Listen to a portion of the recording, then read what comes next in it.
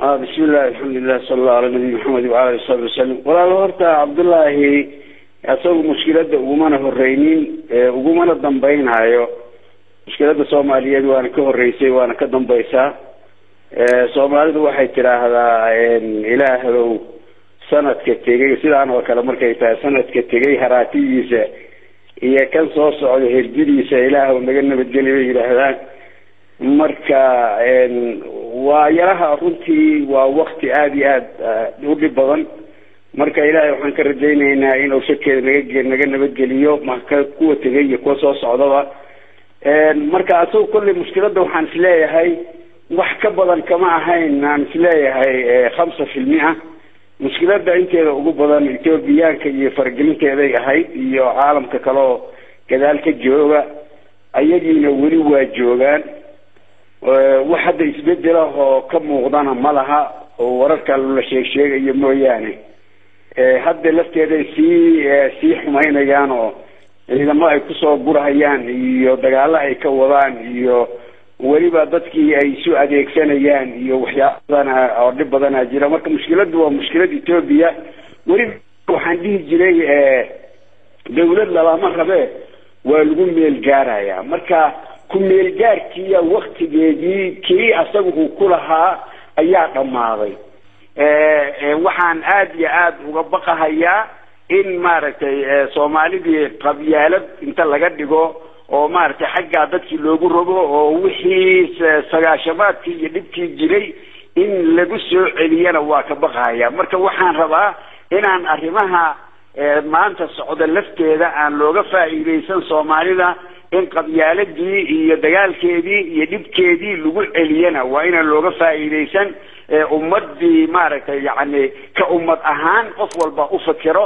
oo maaragtay ka diin ahaan u fakiro ka aqli ahaan u fakiro ka maslaxa ahaan u fakiro oo ummadii sidii la isugu soo celiyay u fakiro laakiin waxyaalaha ka dhalan kara waxyaalaha noocaas oo kale tahay oo noocaas uu kamid yahay in aad iyo aad la iskaga ilaaliyana waa rabilah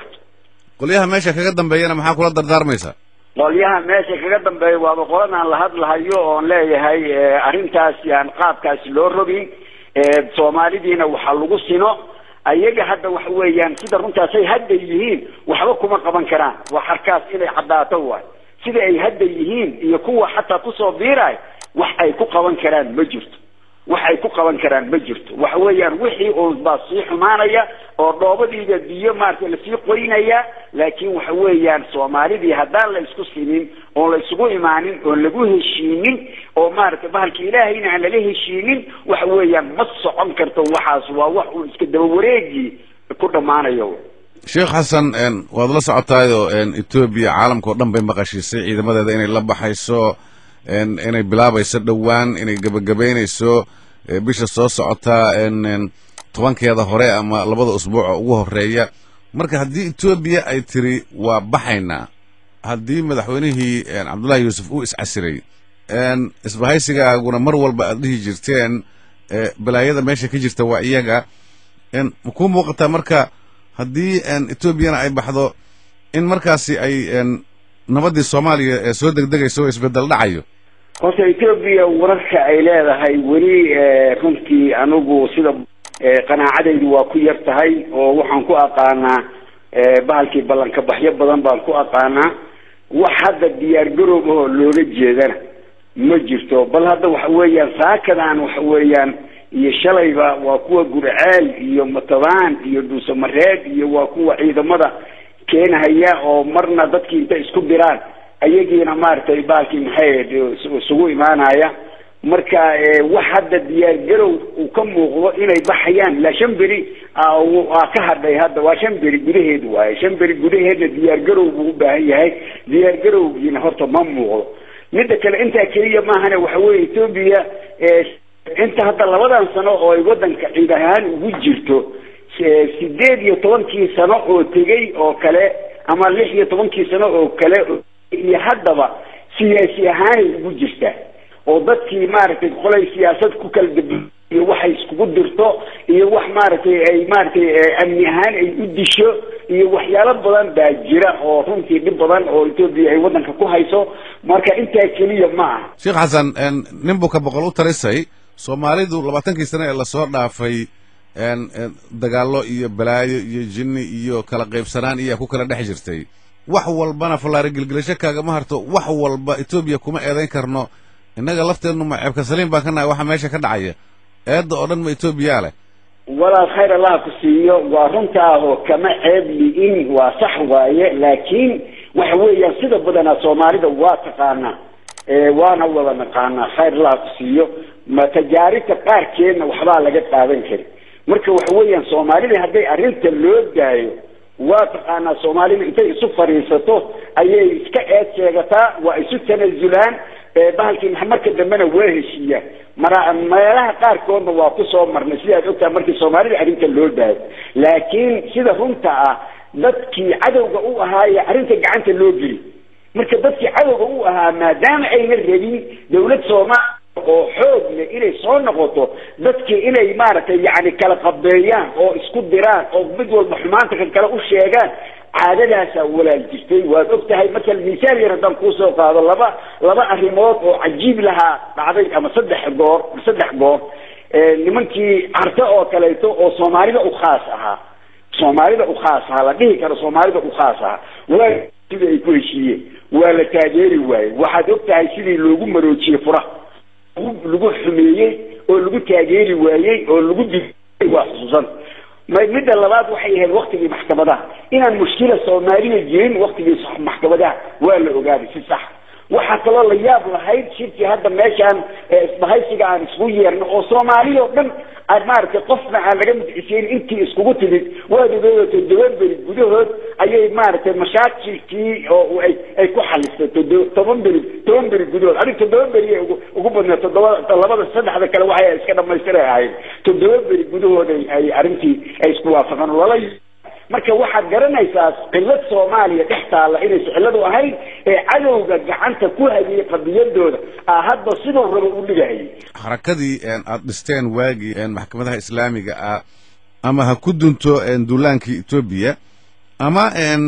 way aranimo la'aan wax laga saarayo qolyihii hoggaanka u qabtay maxkamadaha waa tii aad laba u kala qaybsanteen oo qolana casbara joogto madax u tahay qolana ay joogto Djibouti oo ay Sheekh Shariif madaxda uu yahay marka adigu groupkaaga kooxda tan maxaad hadda ugu dambeyntii qorshe u haysaan marka aad fiiriso sida marxaladaha waddanku isu bedelayaan maxaad qorshe nabadeed u haysaan oo isleedihiin kaasa alla ilaahay Soomaali maantay horay ay uga socon kartaa meesha ay taalo waxa walaal ilaahay khayr ku siiyo runtii arintaas waa arin muhiim ah su'aal cajiib lana weeye waana la weydiiyaa had iyo jeer laakiin jawaabteedu waa aad u sahlan horta qaybsanka walaal waxa ay minda taariikhda waa la socota hadaan da ku gaarin dadkii oo maartay markii wadan la qabsado wadanka marka la qabsado dadku waxa way waa tafarruq waa badan yahay cadawguna waa ka shaqeynaya ayagana qof walba si ay la noqonaysaa isleeyahay sidaana wax lagu keeni kara waa shay iska dabiici ah marka xagga islaamka markay tahana waxa weeyaan fardu cayn uu noqonayaa dagaalku oo wuxuu maartay qaadanayaa inuu xataa qofku dagaalami karo wuxuu qaadanayaa dadka oo waajibka ku ahayd dumarka iyo caruurta iyo inay dagaalami karaan ayuu waajib ku noqonaya sida salaada oo kala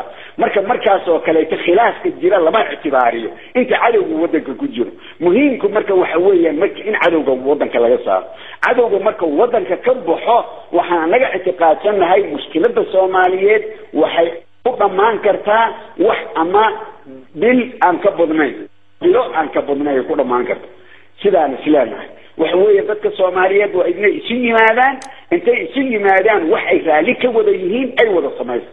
ma ka hadlaayo qofkii hadda asagu hawo kale iyo qaadaro kale iyo adow kalkaalnimo kale iyo ay ku jirto ma ka hadlaayo ma dambi gaar ah laakiin Soomaalidii oo aan la kala faquuqin oo aan la kala qoran isu siinin haday isu yimaadaan waxaan isleeyahay